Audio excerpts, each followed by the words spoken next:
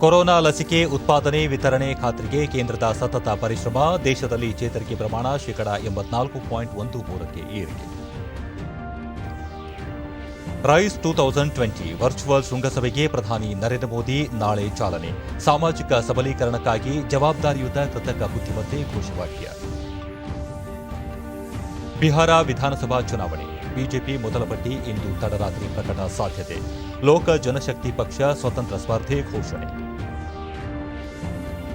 BBMP ವಾರ್ಡ್ಗಳ ಸಂಖ್ಯೆ ಹೆಚ್ಚಳ ಶಿಫಾರಸು ಒಳಗೊಂಡ ಕರ್ನಾಟಕ ಮಹಾನಗರ ಪಾಲಿಕೆಗಳ ತಿದ್ದುಪಡಿ ವಿಧೇಯಕಕ್ಕೆ ರಾಜ್ಯಪಾಲರ ಅಂಕಿತ.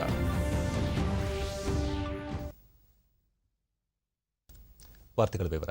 ಕೋವಿಡ್-19 ಲಸಿಕೆ ಸಿದ್ಧವಾದ ನಂತರ ಅದನ್ನು ಸಮಾನ ಮತ್ತು ಸಮರ್ಪಕವಾಗಿ ವಿತರಿಸುವುದನ್ನು ಖಾತ್ರಿಪಡಿಸಲು ಸರ್ಕಾರ ನಿರಂತರವಾಗಿ ಕಾರ್ಯನಿರ್ವಹಿಸುತ್ತಿದೆ ಎಂದು ಕೇಂದ್ರ ಆರೋಗ್ಯ ಸಚಿವ ಡಾ ಹರ್ಷವರ್ಧನ್ ಹೇಳಿದ್ದಾರೆ. ಭಾನುವಾರ ಸಂವಾದದ 4ನೇ ಆವೃತ್ತಿಯಲ್ಲಿಂದು ಮಾತನಾಡಿದ ಅವರು, ದೇಶದ ಎಲ್ಲ ನಾಗರಿಕರಿಗೂ ಸಮಾನವಾಗಿ ಲಸಿಕೆ ದೊರಕಿಸುವುದು ಸರ್ಕಾರದ ಆದ್ಯತೆಯಾಗಿದೆ ಎಂದರು. ಕೋವಿಡ್-19 ವಿರುದ್ಧದ ಹೋರಾಟದಲ್ಲಿ ಭಾಗಿಯಾಗಿರುವ ಆರೋಗ್ಯ ಕಾರ್ಯಕರ್ತರು ಸೇರಿದಂತೆ ತುರ್ತಾಗಿ ಲಸಿಕೆ ಅಗತ್ಯವಿರುವ ಆದ್ಯತಾ ಜನರ ಗುಂಪಿನ ಪಟ್ಟಿಯನ್ನು ರಾಜ್ಯ ಸರ್ಕಾರಗಳೊಂದಿಗೆ ಕೇಂದ್ರ ಸಿದ್ಧಪಡಿಸುತ್ತಿದೆ.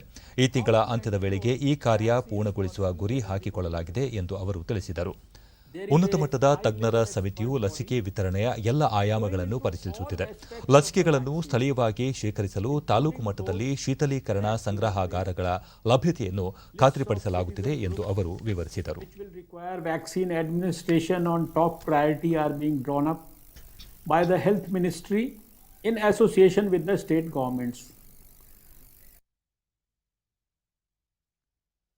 ರಾಜ್ಯದಲ್ಲಿ ಇಂದು ಹೊಸದಾಗಿ 10,145 ಕೋವಿಡ್ ಪ್ರಕರಣಗಳು ದೃಢಪಟ್ಟಿದ್ದು, ಇದರೊಂದಿಗೆ ಒಟ್ಟು ಸೋಂಕು ಪ್ರಕರಣಗಳ ಸಂಖ್ಯೆ 6,40,661ಕ್ಕೆ ಏರಿಕೆಯಾಗಿದೆ.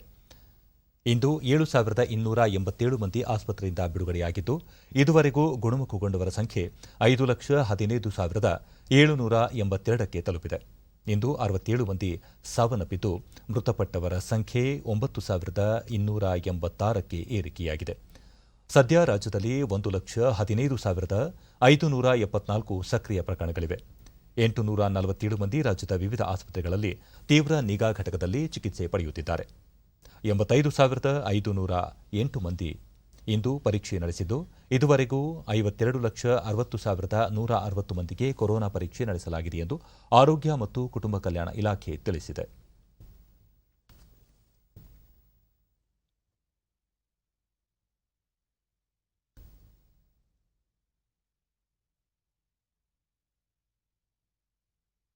ಬೆಂಗಳೂರಿನಲ್ಲಿ 4,340 ಮಂದಿಗೆ ಸೋಂಕು ತಗುಲಿದ್ದು, ಒಟ್ಟು ಸೋಂಕು ಪ್ರಕರಣಗಳ ಸಂಖ್ಯೆ 2,50,040ಕ್ಕೆ ಏರಿಕೆಯಾಗಿದೆ. ಇಂದು 2,681 ಮಂದಿ ಆಸ್ಪತ್ರೆಯಿಂದ ಬಿಡುಗಡೆಯಾಗಿದ್ದು, ಇದುವರೆಗೂ ಗುಣಮುಖಗೊಂಡವರ ಸಂಖ್ಯೆ 1,92,043ಕ್ಕೆ ಏರಿಕೆಯಾಗಿದೆ. ಸದ್ಯ 54,929 ಸಕ್ರಿಯ ಪ್ರಕರಣಗಳಿವೆ. ಬೆಂಗಳೂರಿನಲ್ಲಿ 22 ಮಂದಿ ಮೃತಪಟ್ಟಿರುವುದು ಸೇರಿದಂತೆ ಒಟ್ಟಾರೆ 3,067 ಮಂದಿ ಸಾವನ್ನಪ್ಪಿದ್ದಾರೆ.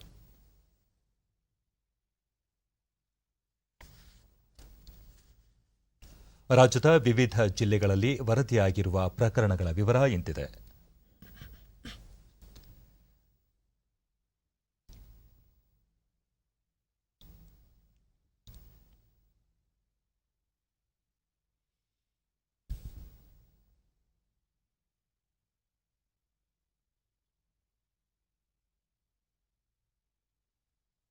ಕೊರೋನಾ ಸೋಂಕಿನಿಂದ ಗುಣಮುಖರಾದವರ ಸಂಖ್ಯೆಯಲ್ಲಿ ಭಾರತ ಸುಧಾರಣೆಯತ್ತ ಸಾಗಿದ್ದು, ಚೇತರಿಕೆ ಪ್ರಮಾಣ ಶೇಕಡಾ 84.13ರಷ್ಟಿದೆ.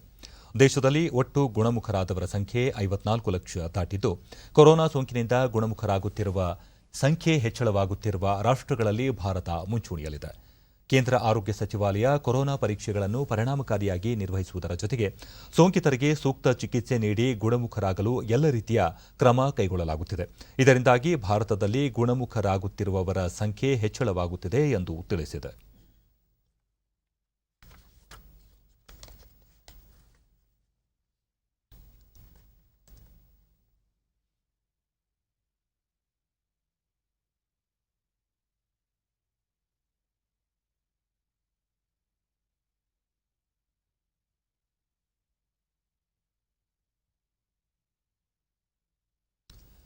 ದೇಶದಲ್ಲಿ ಈವರೆಗೆ 55,09,966 ಕೊರೋನಾ ಸೋಂಕಿತರು ಗುಣಮುಖರಾಗಿದ್ದು, ಸುಮಾರು 9,37,625 ಸಕ್ರಿಯ ಪ್ರಕರಣಗಳಿವೆ. ಒಟ್ಟು 1,01,782 ಮಂದಿ ಮೃತಪಟ್ಟಿದ್ದಾರೆ.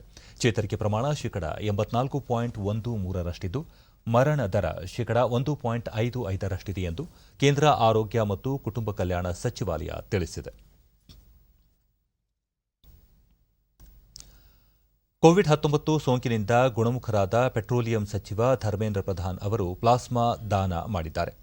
ಕಟಕ್ನ ಆಸ್ಪತ್ರೆಯಲ್ಲಿ ಗುಣಮುಖರಾದ ನಂತರ ಮಾತನಾಡಿದ ಅವರು, ಪ್ಲಾಸ್ಮಾ ಥೆರಪಿಯಿಂದ ಕೋವಿಡ್ ಸೋಂಕು ಗುಣಪಡಿಸಬಹುದೆಂದು ಬಹಳಷ್ಟು ವೈದ್ಯರು ಅಭಿಪ್ರಾಯಪಟ್ಟಿದ್ದು, ತಮಗೂ ಸಹ ಈ ಚಿಕಿತ್ಸೆ ನೀಡಲಾಗಿದೆ. ಇದೀಗ ತಾವು ಚೇತರಿಕೆಯಾದ ನಂತರ ಇತರ ಸೋಂಕಿತರಿಗೆ ನೆರವಾಗಲು ಪ್ಲಾಸ್ಮಾ ದಾನ ಮಾಡುತ್ತಿರುವುದಾಗಿ ತಿಳಿಸಿದರು. ಸೋಂಕಿನಿಂದ ಗುಣಮುಖರಾದವರು ತಪ್ಪದೆ ಪ್ಲಾಸ್ಮಾ ದಾನ ಮಾಡುವಂತೆ ಅವರು ಕರೆ ನೀಡಿದರು. एक कारगर उपाय हो सकता है, इसे एक्सपर्ट्स का, डॉक्टर्स की अनुमान है, प्रेडिक्शन भी है, कहना भी है. और मैं जब खुद कोविड ट्रीटमेंट ले रहा था तो मेरे ऊपर भी प्लाज्मा थेरापी का अप्लाई किया गया था.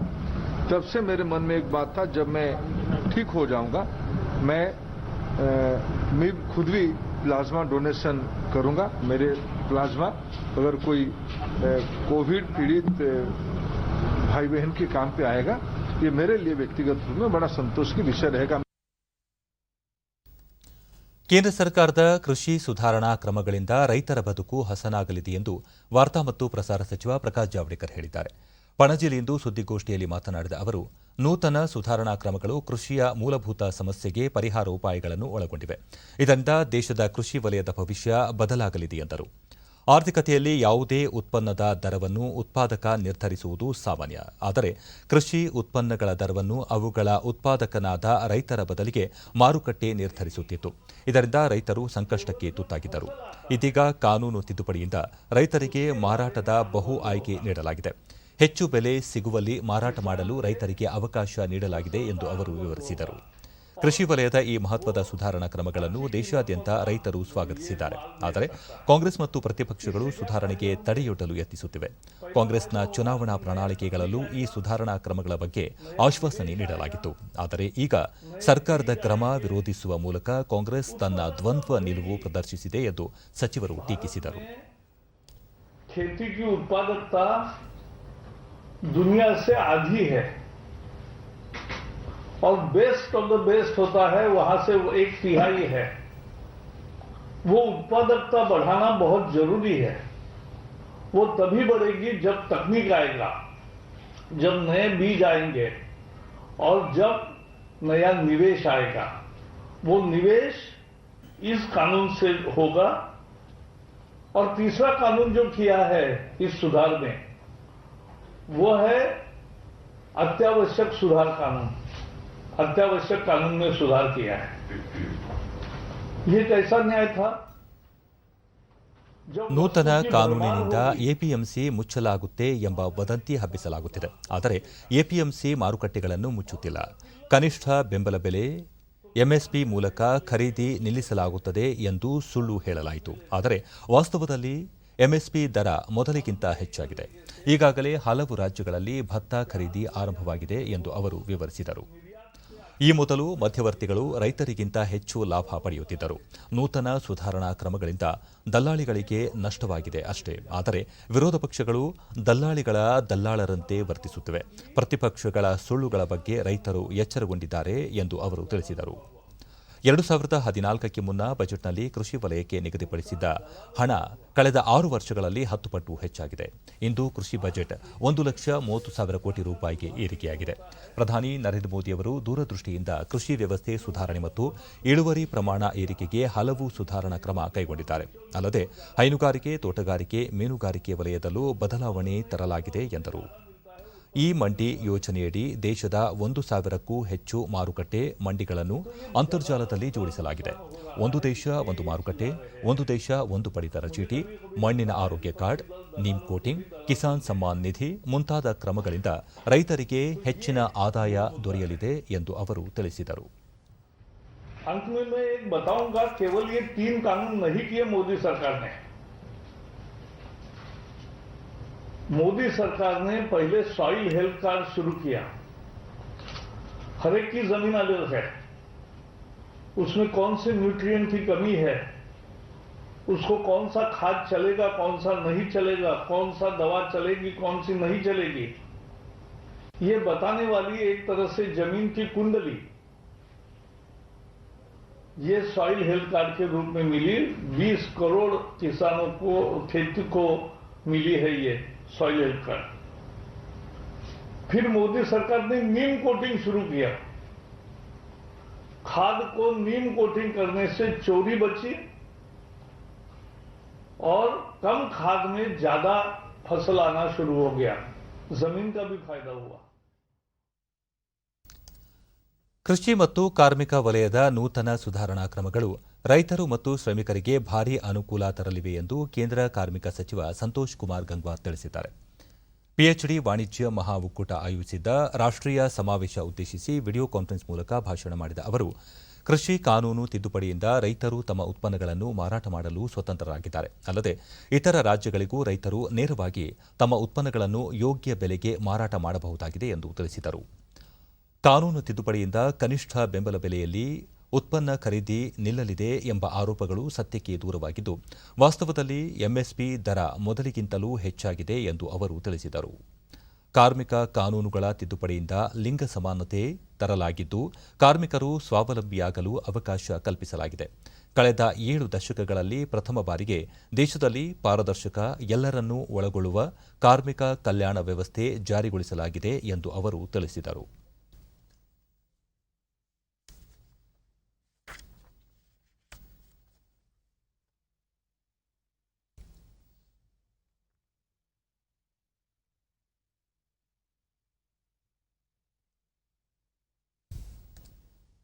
ಕೇಂದ್ರ ಹಾಗೂ ರಾಜ್ಯ ಸರ್ಕಾರ ಜಾರಿಗೆ ತಂದಿರುವ ಭೂ ಸುಧಾರಣಾ ಹಾಗೂ ಎಪಿಎಂಸಿ ತಿದ್ದುಪಡಿ ಕಾಯ್ದೆಗಳಿಂದ ರೈತರಿಗೆ ಅನುಕೂಲವಾಗಲಿದೆ ಎಂದು ಶಿವಮೊಗ್ಗ ಕೃಷಿ ಮತ್ತು ತೋಟಗಾರಿಕೆ ವಿಶ್ವವಿದ್ಯಾಲಯದ ಕುಲಪತಿ ಪ್ರಾಧ್ಯಾಪಕರು ಅಭಿಪ್ರಾಯಪಟ್ಟಿದ್ದಾರೆ. ಈ ಹಿಂದೆ ಉತ್ಪಾದನೆ ಇದ್ದರೂ ರೈತರಿಗೆ ಅದರಿಂದ ಆದಾಯ ಇರಲಿಲ್ಲ. ಈ ಕಾಯ್ದೆಗಳು ರೈತರ ಸಮಸ್ಯೆಗಳನ್ನು ನಿವಾರಿಸಲಿದ್ದು, ಕೃಷಿ ಬೆಳವಣಿಗೆಗೆ, ಉತ್ಪಾದನೆ ಹಾಗೂ ಉತ್ಪಾದಕತೆ ಹೆಚ್ಚಿಸಿಕೊಳ್ಳಲು ಸಹಕಾರಿಯಾಗಲಿವೆ. ಆದ್ದರಿಂದ ಈ ಮಸೂದೆಗಳ ಬಗ್ಗೆ ರೈತರು ಹಾಗೂ ಜನಸಾಮಾನ್ಯರಲ್ಲಿ ಅರಿವು ಮೂಡಿಸುವ ಅಗತ್ಯವಿದೆ. ಇಲ್ಲವಾದಲ್ಲಿ ಇವುಗಳ ಬಗ್ಗೆ ನಕಾರಾತ್ಮಕ ಅಭಿಪ್ರಾಯ ಮೂಡಲಿದೆ ಎಂದು ಸಮರ್ಥಿಸಿಕೊಂಡಿದ್ದಾರೆ.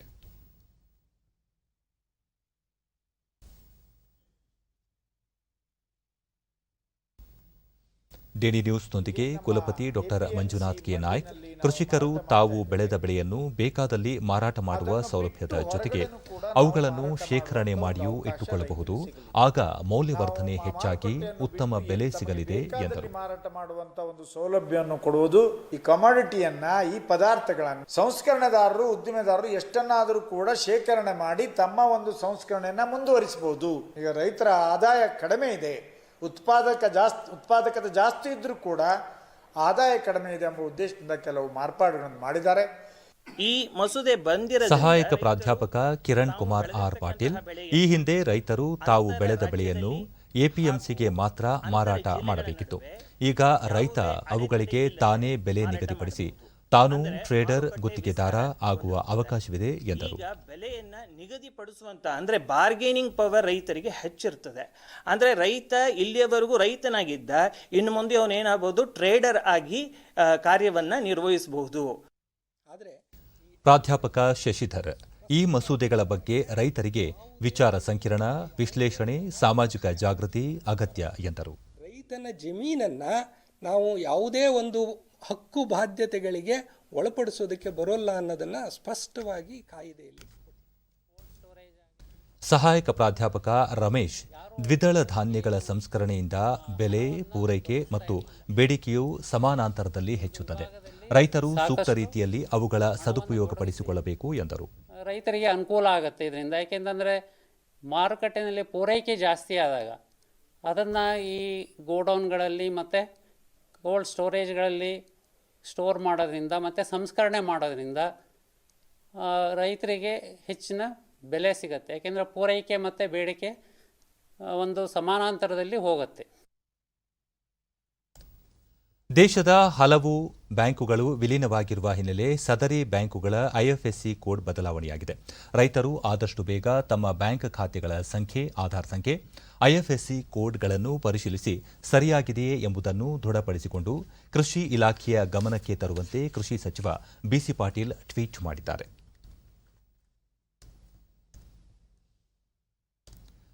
ಶಿರಾ ಹಾಗೂ ರಾಜರಾಜೇಶ್ವರಿ ನಗರ ವಿಧಾನಸಭಾ ಕ್ಷೇತ್ರದ ಉಪಚುನಾವಣೆ ಹಿನ್ನೆಲೆಯಲ್ಲಿ ಹಲವು ಮುಖಂಡರು ಬೆಂಗಳೂರಿನಲ್ಲಿಂದು ಕಾಂಗ್ರೆಸ್ ಪಕ್ಷಕ್ಕೆ ಸೇರ್ಪಡೆಗೊಂಡರು. ಪ್ರದೇಶ ಕಾಂಗ್ರೆಸ್ ಕಚೇರಿಯಲ್ಲಿ ಆಯೋಜಿಸಿದ ಕಾರ್ಯಕ್ರಮದಲ್ಲಿ ಕುಸುಮಾ ರವಿ ಸೇರಿದಂತೆ ಹಲವರು ಪಕ್ಷದ ಸದಸ್ಯತ್ವ ಪಡೆದು ಸೇರ್ಪಡೆಗೊಂಡರು. ಕೆಪಿಸಿಸಿ ಅಧ್ಯಕ್ಷ ಡಿಕೆ ಶಿವಕುಮಾರ್, ಪ್ರತಿಪಕ್ಷ ನಾಯಕ ಸಿದ್ದರಾಮಯ್ಯ, ಮಾಜಿ ಉಪಮುಖ್ಯಮಂತ್ರಿ ಜಿ ಪರಮೇಶ್ವರ್ ಪಕ್ಷದ ನೂತನ ಸದಸ್ಯರನ್ನು ಸ್ವಾಗತಿಸಿ ಗೌರವಿಸಿದರು.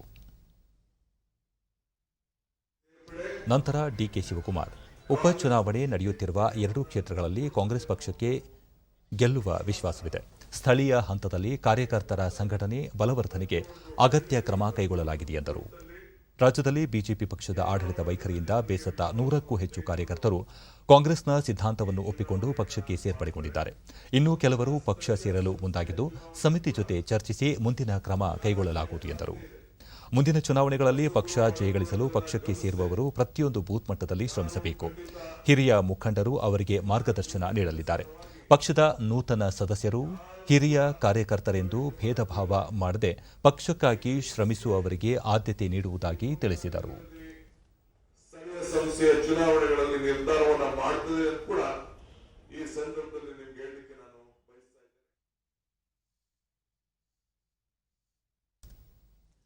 ಬಿಜೆಪಿ ರಾಷ್ಟ್ರೀಯ ಪ್ರಧಾನ ಕಾರ್ಯದರ್ಶಿ ಸ್ಥಾನಕ್ಕೆ ನೇಮಕಗೊಂಡಿರುವ ಕನ್ನಡ ಮತ್ತು ಸಂಸ್ಕೃತಿ ಹಾಗೂ ಪ್ರವಾಸೋದ್ಯಮ ಸಚಿವ ಸಿಟಿ ರವಿ ತಮ್ಮ ಸ್ಥಾನಕ್ಕೆ ರಾಜೀನಾಮೆ ನೀಡಿದ್ದಾರೆ. ಮುಖ್ಯಮಂತ್ರಿ ಬಿಎಸ್ ಯಡಿಯೂರಪ್ಪ ಅವರನ್ನು ಭೇಟಿ ಮಾಡಿ ರಾಜೀನಾಮೆ ಪತ್ರ ಸಲ್ಲಿಸಿದ್ದಾರೆ. ಸಿಟಿ ರವಿ ಅವರ ರಾಜೀನಾಮೆ ವಿಚಾರವನ್ನು ಮುಖ್ಯಮಂತ್ರಿ ಪಕ್ಷದ ರಾಷ್ಟ್ರೀಯ ವರಿಷ್ಠರಿಗೆ ಮಾಹಿತಿ ನೀಡಿದ್ದಾರೆ.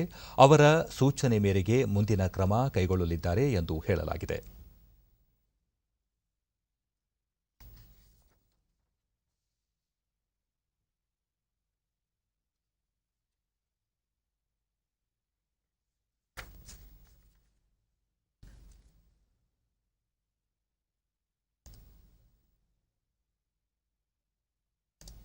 ಸಾಮಾಜಿಕ ಸಬಲೀಕರಣಕ್ಕಾಗಿ ಜವಾಬ್ದಾರಿಯುತ ಕೃತಕ ಬುದ್ಧಿಮತ್ತೆ ರೈಸ್ 2020 ಬೃಹತ್ ವರ್ಚುವಲ್ ಶೃಂಗಸಭೆಗೆ ಪ್ರಧಾನಿ ನರೇಂದ್ರ ಮೋದಿ ನಾಳೆ ಚಾಲನೆ ನೀಡಲಿದ್ದಾರೆ. ಕೇಂದ್ರ ಎಲೆಕ್ಟ್ರಾನಿಕ್ಸ್ ಮತ್ತು ಮಾಹಿತಿ ತಂತ್ರಜ್ಞಾನ ಸಚಿವಾಲಯ ಹಾಗೂ ನೀತಿ ಆಯೋಗ ಆಯೋಜಿಸಿರುವ ಈ ಸಮಾವೇಶದಲ್ಲಿ ಜಾಗತಿಕ ನಾಯಕರು, ಸರ್ಕಾರ ಮತ್ತು ಶೈಕ್ಷಣಿಕ ವಲಯದ ಪ್ರತಿನಿಧಿಗಳು, ನೀತಿ ನಿರ್ಮಾತೃಗಳು ಹೆಚ್ಚಿನ ಸಂಖ್ಯೆಯಲ್ಲಿ ಭಾಗವಹಿಸಲಿದ್ದಾರೆ. ಕೃತಕ ಬುದ್ಧಿಮತ್ತೆಯನ್ನು ನೈತಿಕತೆ ಮತ್ತು ಮೌಲ್ಯಯುತವಾಗಿ ಅಭಿವೃದ್ಧಿಪಡಿಸುವುದು ಹಾಗೂ ಬಳಸುವ ಬಗ್ಗೆ ಜಾಗೃತಿ ಮೂಡಿಸುವುದು, ಈ ಕುರಿತ ವಿಚಾರ ವಿನಿಮಯಕ್ಕೆ ವೇದಿಕೆ ಕಲ್ಪಿಸುವುದು ಸಮಾವೇಶದ ಉದ್ದೇಶವಾಗಿದೆ. ಬಿಹಾರದ ವಿಧಾನಸಭಾ ಚುನಾವಣೆಗೆ ಬಿಜೆಪಿ ಅಭ್ಯರ್ಥಿಗಳ ಮೊದಲ ಪಟ್ಟಿ ಇಂದು ತಡರಾತ್ರಿ ಪ್ರಕಟಗೊಳ್ಳುವ ಸಾಧ್ಯತೆ ಇದೆ. ಪಕ್ಷದ ಕೇಂದ್ರೀಯ ಚುನಾವಣಾ ಸಮಿತಿ ಸಭೆ ಜಾರಿಯಲ್ಲಿದ್ದು, ಪ್ರಧಾನಿ ನರೇಂದ್ರ ಮೋದಿ, ಪಕ್ಷದ ರಾಷ್ಟ್ರೀಯ ಅಧ್ಯಕ್ಷ ಜೆಪಿ ನಡ್ಡಾ, ಗೃಹ ಸಚಿವ ಅಮಿತ್ ಶಾ ಸೇರಿದಂತೆ ಪ್ರಮುಖ ನಾಯಕರು ಪಾಲ್ಗೊಂಡಿದ್ದಾರೆ. ಸಭೆಯಲ್ಲಿ ರಾಜ್ಯ ಚುನಾವಣಾ ಸಮಿತಿ ನೀಡಿರುವ ಅಭ್ಯರ್ಥಿಗಳ ಪಟ್ಟಿ ಪರಿಶೀಲನೆ ನಡೆಸಲಿದ್ದು, ಹೈಕಮಾಂಡ್ ಅಧಿಕೃತವಾಗಿ ಪಟ್ಟಿ ಬಿಡುಗಡೆ ಮಾಡಲಿದೆ.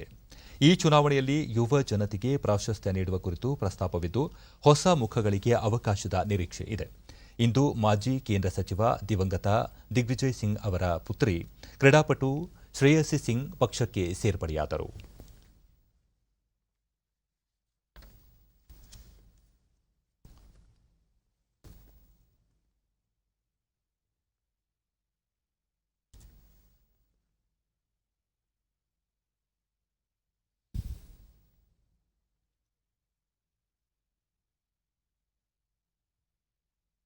ಲೋಕ್ ಜನಶಕ್ತಿ ಪಕ್ಷ ಏಕಾಂಗಿಯಾಗಿ ಕಣಕ್ಕಿಳಿಯುವ ಘೋಷಣೆ ಮಾಡಿದ್ದು, ಕೇಂದ್ರದಲ್ಲಿ ಎನ್ಡಿಎ ಮೈತ್ರಿಕೂಟದಲ್ಲಿ ಮುಂದುವರೆದಿದೆ. ಬಿಜೆಪಿ ಹಾಗೂ ಸಂಯುಕ್ತ ಜನತಾದಳ ನಡುವೆ ಸ್ಥಾನ ಹೊಂದಾಣಿಕೆ ಮಾತುಕತೆ ಕೊನೆಯ ಹಂತದಲ್ಲಿದ್ದು, ಅಭ್ಯರ್ಥಿಗಳ ಆಯ್ಕೆ ಮೇಲೆ ಕುತೂಹಲ ಹೆಚ್ಚಿದೆ. ಬಿಹಾರದಲ್ಲಿ ಅಕ್ಟೋಬರ್ 28, ನವೆಂಬರ್ 3 ಹಾಗೂ 7ರಂದು 3 ಹಂತಗಳಲ್ಲಿ ವಿಧಾನಸಭೆ ಚುನಾವಣೆ ನಡೆಯಲಿದೆ. ಈ ಮಧ್ಯೆ ಮಹಾಗಠಬಂಧನ್ನ ಸೀಟು ಹಂಚಿಕೆ ಪ್ರಕಟಗೊಂಡಿದ್ದು, ಬಿಹಾರದ 243 ಕ್ಷೇತ್ರಗಳ ಪೈಕಿ ಆರ್ಜೆಡಿ 144 ಕ್ಷೇತ್ರಗಳಲ್ಲಿ, ಕಾಂಗ್ರೆಸ್ 70 ಕ್ಷೇತ್ರಗಳಲ್ಲಿ ಸ್ಪರ್ಧೆ ಮಾಡಲು ತೀರ್ಮಾನಿಸಿದೆ. ಆರ್ಜೆಡಿ ತನ್ನ ಪಾಲಿನ ಕ್ಷೇತ್ರಗಳಲ್ಲಿ ಜಾರ್ಖಂಡ್ ಮುಕ್ತಿ ಮೋರ್ಚಾ ಹಾಗೂ ವಿಕಾಸ್ಶೀಲ್ ಇನ್ಸಾನ್ ಪಕ್ಷದೊಂದಿಗೆ ಸ್ಥಾನ ಹೊಂದಾಣಿಕೆ ಮಾಡಿಕೊಂಡಿದೆ ಎಂದು ಆರ್ಜೆಡಿ ಮುಖ್ಯಸ್ಥ ತೇಜಸ್ವಿ ಯಾದವ್ ತಿಳಿಸಿದ್ದಾರೆ. ಆದರೆ ವಿಕಾಸ್ಶೀಲ್ ಇನ್ಸಾನ್ ಪಕ್ಷದ ಮುಖ್ಯಸ್ಥ ಮುಖೇಶ್ ಸಾಹಿನಿ ಆರ್ಜೆಡಿ ತಮ್ಮ ಪಕ್ಷಕ್ಕೆ ಹೆಚ್ಚು ಸೀಟು ನೀಡಲು ಒಪ್ಪುತ್ತಿಲ್ಲ, ಹೀಗಾಗಿ ಮೈತ್ರಿಕೂಟದಿಂದ ಹೊರ ಬರುತ್ತಿದ್ದೇವೆ ಎಂದು ತಿಳಿಸಿದರು. ಹಥ್ರಾಸ್ ಲೈಂಗಿಕ ದೌರ್ಜನ್ಯ ಹಾಗೂ ಕೊಲೆ ಆರೋಪ ಪ್ರಕರಣವನ್ನು ಸಿಬಿಐಗೆ ವಹಿಸಿ ಉತ್ತರ ಪ್ರದೇಶ ಸರ್ಕಾರ ಆದೇಶ ಹೊರಡಿಸಿದೆ. ಮುಖ್ಯಮಂತ್ರಿ ಯೋಗಿ ಆದಿತ್ಯನಾಥ್ ಅವರು ಹಥ್ರಾಸ್ ಪ್ರಕರಣದ ಇಡೀ ತನಿಖೆಯನ್ನು ಸಿಬಿಐಗೆ ವಹಿಸಿ ಆದೇಶ ಹೊರಡಿಸಿದ್ದಾರೆ ಎಂದು ಮುಖ್ಯಮಂತ್ರಿ ಕಚೇರಿ ಟ್ವೀಟ್ ಮಾಡಿದೆ. ಈ ಮೊದಲು ಪ್ರಕರಣವನ್ನು ಎಸ್ಐಟಿ ತನಿಖೆಗೆ ಆದೇಶಿಸಲಾಗಿತ್ತು. ಈ ಮಧ್ಯೆ ಉತ್ತರ ಪ್ರದೇಶ ಹೆಚ್ಚುವರಿ ಮುಖ್ಯ ಕಾರ್ಯದರ್ಶಿ ಅವನೀಶ್ ಅವಸ್ತಿ ಮತ್ತು ಪೊಲೀಸ್ ಮಹಾನಿರ್ದೇಶಕ ಎಚ್ಸಿ ಅವಸ್ತಿ ನಿನ್ನೆ ಹಥ್ರಾಸ್ಗೆ ತೆರಳಿ ಸಂತ್ರಸ್ತ ಕುಟುಂಬ ಸದಸ್ಯರ ಮನವಿ ಆಲಿಸಿದರು. ಮತ್ತೊಂದೆಡೆ ಪ್ರಕರಣದಲ್ಲಿ ಕಾಂಗ್ರೆಸ್ ರಾಜಕಾರಣ ಮಾಡುತ್ತಿದೆ ಎಂದು ಕೇಂದ್ರ ಸಚಿವೆ ಸ್ಮೃತಿ ಇರಾನಿ ಟೀಕಿಸಿದ್ದಾರೆ. ರಾಹುಲ್ ಗಾಂಧಿ ಹಥ್ರಾಸ್ಗೆ ಭೇಟಿ ನೀಡಿರುವುದು ರಾಜಕೀಯ ತಂತ್ರಗಾರಿಕೆ ವಿನಾ ಸಂತ್ರಸ್ತರಿಗೆ ನ್ಯಾಯ ಒದಗಿಸುವುದಲ್ಲ ಎಂದಿದ್ದಾರೆ. कि उनकी हाथरस के तरफ जो कूच है वो उनकी राजनीति के लिए है, इंसाफ के लिए नहीं है. ಭಾರತೀಯ ಆಡಳಿತಾತ್ಮಕ ಸೇವೆ ಐಎಎಸ್, ಭಾರತೀಯ ವಿದೇಶಾಂಗ ಸೇವೆ ಐಎಫ್ಎಸ್, ಭಾರತೀಯ ಪೊಲೀಸ್ ಸೇವೆ ಐಪಿಎಸ್ ಸೇರಿದಂತೆ ವಿವಿಧ ನಾಗರಿಕ ಸೇವೆಗಳ ಆಯ್ಕೆಗಾಗಿ ಕೇಂದ್ರ ಲೋಕಸೇವಾ ಆಯೋಗ ಯುಪಿಎಸ್ಸಿ ಸ್ಪರ್ಧಾತ್ಮಕ ಪರೀಕ್ಷೆಗಳು ಇಂದು ಆರಂಭವಾಯಿತು. ಈ ಸ್ಪರ್ಧಾತ್ಮಕ ಪರೀಕ್ಷೆಯು ಪ್ರಾಥಮಿಕ, ಮುಖ್ಯ ಮತ್ತು ಸಂದರ್ಶನ ಸೇರಿದಂತೆ 3 ಹಂತಗಳನ್ನು ಒಳಗೊಂಡಿದ್ದು, ದೇಶದ 72 ನಗರಗಳ 2569 ಕೇಂದ್ರಗಳಲ್ಲಿ ಪರೀಕ್ಷೆ ಆರಂಭಗೊಂಡಿದೆ. ಈ ಮುನ್ನ ನಿಗದಿಪಡಿಸಿದಂತೆ ಕಳೆದ ಮೇ 31ರಂದು ಪರೀಕ್ಷೆ ಆರಂಭಗೊಳ್ಳಬೇಕಿದ್ದು, ಕೋವಿಡ್-19 ಕಾರಣದಿಂದ ಮುಂದೂಡಿಕೆಯಾಗಿತ್ತು. ಮುಖ್ಯ ಪರೀಕ್ಷೆಯು ಮುಂದಿನ ಜನವರಿಯಲ್ಲಿ ನಿಗದಿಯಾಗಿದೆ. ಬಿಬಿಎಂಪಿ ವಾರ್ಡ್ ಸಂಖ್ಯೆ ಹೆಚ್ಚಿಸುವ ಕುರಿತ ಕರ್ನಾಟಕ ಮಹಾನಗರ ಪಾಲಿಕೆಗಳ ತಿದ್ದುಪಡಿ ವಿಧೇಯಕಕ್ಕೆ ರಾಜ್ಯಪಾಲರು ನಿನ್ನೆ ಅಂಕಿತ ಹಾಕಿದ್ದು, ಅಧಿಕೃತ ರಾಜ್ಯಪತ್ರ ಹೊರಡಿಸಲಾಗಿದೆ. ರಾಜ್ಯ ವಿಧಾನಮಂಡಲದ ಉಭಯ ಸದನಗಳಲ್ಲಿ ಅಂಗೀಕಾರವಾಗಿದ್ದ ವಿಧೇಯಕ ಇದಾಗಿದ್ದು, ಕೆಎಂಸಿ ಕಾಯ್ದೆಗೆ 3ನೇ ತಿದ್ದುಪಡಿ ಮಾಡುವುದು ಸೇರಿದೆ. ಹೊಸ ವಿಧೇಯಕದ ಪ್ರಕಾರ ಪಾಲಿಕೆ ಸದಸ್ಯರ ಸಂಖ್ಯೆ 225ರಿಂದ 250 ಒಳಗೆ ಇರಲಿದೆ. ಅಲ್ಲದೆ ವಾರ್ಡ್ಗಳ ಮರು ವಿಂಗಡಣೆ ಅಥವಾ ವಾರ್ಡ್ಗಳ ರಚನೆ ವೇಳೆ 2 ವಿಧಾನಸಭಾ ಕ್ಷೇತ್ರಗಳಿಗೆ 1 ವಾರ್ಡ್ ಹಂಚಿಕೆಯಾಗದಂತೆ ನಿಗಾ ವಹಿಸಬೇಕು ಎಂಬ ಅಂಶವನ್ನು ಒಳಗೊಂಡಿದೆ. ವಾರ್ಡ್ಗಳ ಗಡಿ ನಿರ್ಧಾರ ಕುರಿತು ಶಿಫಾರಸು ಮಾಡಲು ಗಡಿ ನಿರ್ಧಾರ ಆಯೋಗ ರಚನೆ ಮಾಡಲು ಪ್ರಸ್ತಾವನೆ ಮಾಡಲಾಗಿದೆ. ಕರ್ನಾಟಕವು ಗಂಗರು, ರಾಷ್ಟ್ರಕೂಟರು, ಚಾಲುಕ್ಯರು, ವಿಜಯನಗರ ಅರಸರ ಆಳ್ವಿಕೆಯ ಗತಕಾಲದ ಇತಿಹಾಸವನ್ನು ಹೊಂದಿದೆ. ಈ ನಿಟ್ಟಿನಲ್ಲಿ ನೆಲಮಂಗಲ ಬಳಿಯ ಮಣ್ಣೆ ಗ್ರಾಮದಲ್ಲಿರುವ ಐತಿಹಾಸಿಕ ಸ್ಥಳ ಸಂರಕ್ಷಣೆಗೆ ಸಂಬಂಧಿಸಿದಂತೆ ಕೇಂದ್ರ ಮತ್ತು ರಾಜ್ಯ ಪುರಾತತ್ವ ಇಲಾಖೆ ಅಧಿಕಾರಿಗಳು ನಿನ್ನೆ ಭೇಟಿ ನೀಡಿ ಪರಿಶೀಲಿಸಿದರು. ನೆಲಮಂಗಲ ತಹಶೀಲ್ದಾರ್ ಎಂ ಶ್ರೀನಿವಾಸ್ ಸೇರಿದಂತೆ ಇತಿಹಾಸ ತಜ್ಞರು ಉಪಸ್ಥಿತರಿದ್ದರು. ಹಲವು ಶಾಸನಗಳು ಹಾಗೂ ಕ್ರಿಸ್ತಶಕ 8ನೇ ಶತಮಾನದ ಗುಡಿಗಳು, ಜೈನ ಬಸದಿ, ರಾಷ್ಟ್ರಕೂಟರ ಅರಮನೆಗಳು, ವೀರಗಲ್ಲುಗಳ ಬಗ್ಗೆ ಕೇಂದ್ರ ಪರಿಶೀಲನಾ ತಂಡ ಸ್ಥಳೀಯರು ಹಾಗೂ ಇತಿಹಾಸ ತಜ್ಞರಿಂದ ಮಾಹಿತಿ ಪಡೆದರು. ಗ್ರಾಮದಲ್ಲಿ ಐತಿಹಾಸಿಕ ಗಂಗರ ಕಾಲದ ಕುರುಹುಗಳಿವೆ. ಇವುಗಳ ಸೂಕ್ತ ಸಂರಕ್ಷಣೆಗೆ ಪ್ರಾಚ್ಯ ವಾಸ್ತು ಸಂಗ್ರಹಾಲಯ ನಿರ್ಮಿಸುವ ಮೂಲಕ ಗತಕಾಲದ ಮಣ್ಣೆ ವೈಭವವನ್ನು ಹೆಚ್ಚಿಸಲು ಅಗತ್ಯ ಕ್ರಮ ಕೈಗೊಳ್ಳುವುದಾಗಿ ಕೇಂದ್ರ ಪರಿಶೀಲನಾ ತಂಡ ಮಾಹಿತಿ ನೀಡಿದೆ.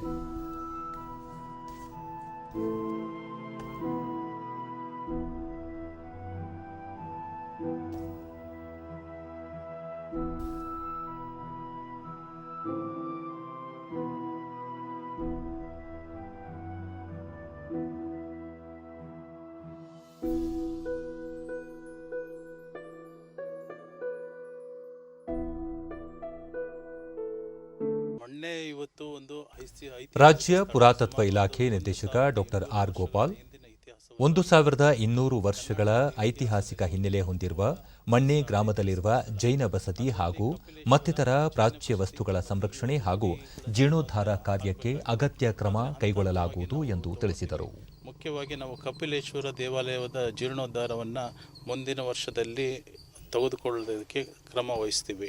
ಫೆನ್ಸಿಂಗ್ ಮಾಡಿ ಅದರದ್ದು ನಿವೇಶನ ಸುತ್ತ ಏನಿದೆ ಖಾಲಿ ನಿವೇಶನ ಇದೆ ಕಪಿಲೇಶ್ವರ ದೇವಾಲಯದ್ದು, ಅದು ತಾಲೂಕು ಆಡಳಿತದಿಂದ ಸರ್ವೆ ಮಾಡಿ ನಮಗೆ ವಹಿಸ್ತಾ ಇದ್ದಾರೆ.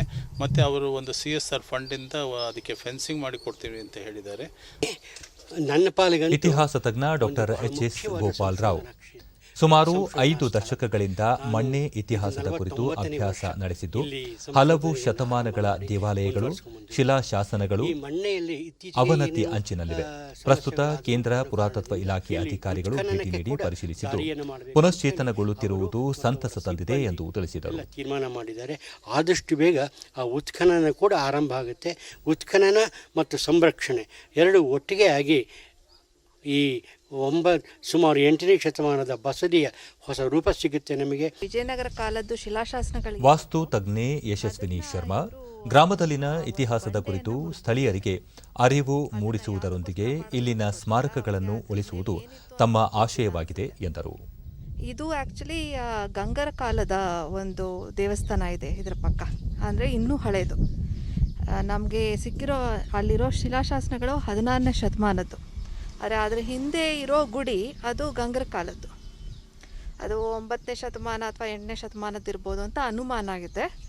ಅದನ್ನು ಖಚಿತವಾಗಿ ಏನೂ ಹೇಳಿಲ್ಲ. ಆದರೆ ಇದನ್ನು ಬ್ಲಾಸ್ಟ್ ಮಾಡುವಾಗ ಅದೂ ಡ್ಯಾಮೇಜ್ ಆಗೋ ಸಾಧ್ಯತೆ ಇದೆ.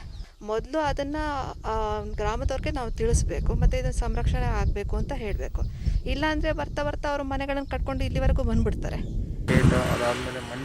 ನೆಲಮಂಗಲ ತಹಶೀಲ್ದಾರ್ ಎಂ ಶ್ರೀನಿವಾಸ್ ಮಣ್ಣೆ ಗ್ರಾಮದ ಇತಿಹಾಸದ ಕುರಿತು ಕಂದಾಯ ಇಲಾಖೆ ಮುಖ್ಯನ ಸರ್ವೆ ಕಾರ್ಯ ಕೈಗೊಂಡು ಇಲ್ಲಿನ ಶಾಸನ ಸಂರಕ್ಷಣೆಗೆ ಅಗತ್ಯ ಕ್ರಮ ಕೈಗೊಳ್ಳಲಾಗುವುದು ಎಂದು ತಿಳಿಸಿದರು.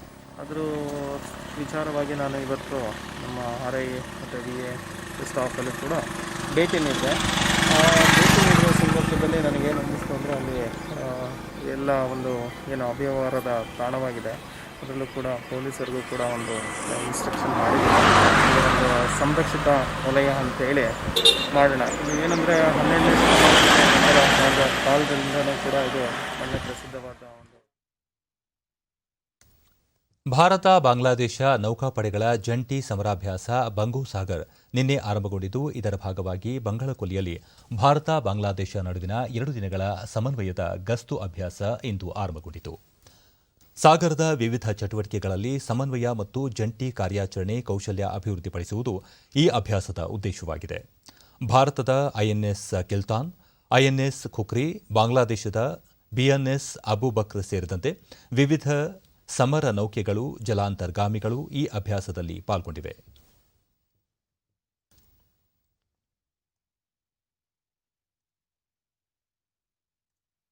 ಜಮ್ಮು ಕಾಶ್ಮೀರದ ಪೂಂಚ್ ವಲಯದ ಗಡಿ ನಿಯಂತ್ರಣ ರೇಖೆ ಬಳಿ ಪಾಕಿಸ್ತಾನ ಸೇನಾಪಡೆಗಳು ಇಂದು ಬೆಳಗಿನ ಜಾವ ಮತ್ತೆ ಕದನ ವಿರಾಮ ಉಲ್ಲಂಘಿಸಿದ್ದು ಅಪ್ರಚೋದಿತ ದಾಳಿ ನಡೆಸಿವೆ.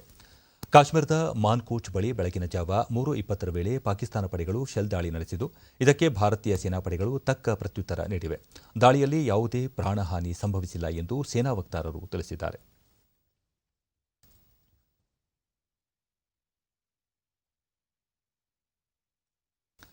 ಇಂದು ವಿಶ್ವ ಪ್ರಾಣಿಗಳ ದಿನ. ಜಗತ್ತಿನಾದ್ಯಂತ ಪ್ರಾಣಿಗಳ ಉನ್ನತಿಗೆ ಶ್ರಮಿಸಲು ಮನುಕುಲಕ್ಕೆ ಈ ದಿನದಂದು ಕರೆ ನೀಡಲಾಗುತ್ತಿದೆ. ಮಾನವ ಹಾಗೂ ಪ್ರಾಣಿಗಳ ನಡುವೆ ಅವಿನಾಭಾವ ಸಂಬಂಧವಿದೆ. ಹಲವು ಸಂಘ ಸಂಸ್ಥೆಗಳು ಪ್ರಾಣಿಗಳ ಹಿತ ಕಾಯುವ ಯೋಜನೆಗಳ ಕುರಿತು ಇಂದು ಜನರಲ್ಲಿ ಜಾಗೃತಿ ಮೂಡಿಸುತ್ತಿವೆ. ಭಾರತದಲ್ಲಿ ಅಕ್ಟೋಬರ್ 2ರಿಂದ 8ನೇ ತಾರೀಕಿನವರೆಗೆ ವನ್ಯಜೀವಿ ಸಪ್ತಾಹವನ್ನು ಆಚರಿಸಲಾಗುತ್ತಿದೆ.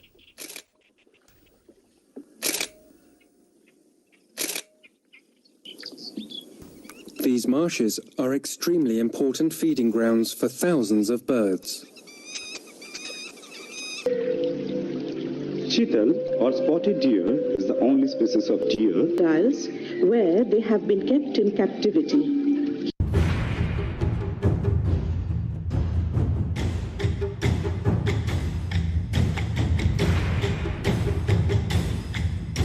and slowly kills the victim. This one has been spotted at Shudhon locally. ಕೊನೆಯಲ್ಲಿ ಮತ್ತೊಮ್ಮೆ ಮುಖ್ಯಾಂಶಗಳು. ಕೊರೋನಾ ಲಸಿಕೆ ಉತ್ಪಾದನೆ ವಿತರಣೆ ಖಾತೆಗೆ ಕೇಂದ್ರದ ಸತತ ಪರಿಶ್ರಮ. ದೇಶದಲ್ಲಿ ಚೇತರಿಕೆ ಪ್ರಮಾಣ 84.13% ಏರಿಕೆ.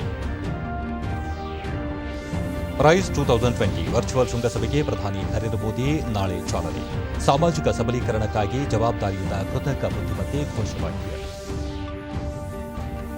ಬಿಹಾರ ವಿಧಾನಸಭಾ ಚುನಾವಣೆ. ಬಿಜೆಪಿ ಮೊದಲ ಪಟ್ಟಿ ಇಂದು ತಡರಾತ್ರಿ ಪ್ರಕಟ ಸಾಧ್ಯತೆ. ಲೋಕ ಜನಶಕ್ತಿ ಪಕ್ಷ ಸ್ವತಂತ್ರ ಸ್ಪರ್ಧೆ ಘೋಷಣೆ.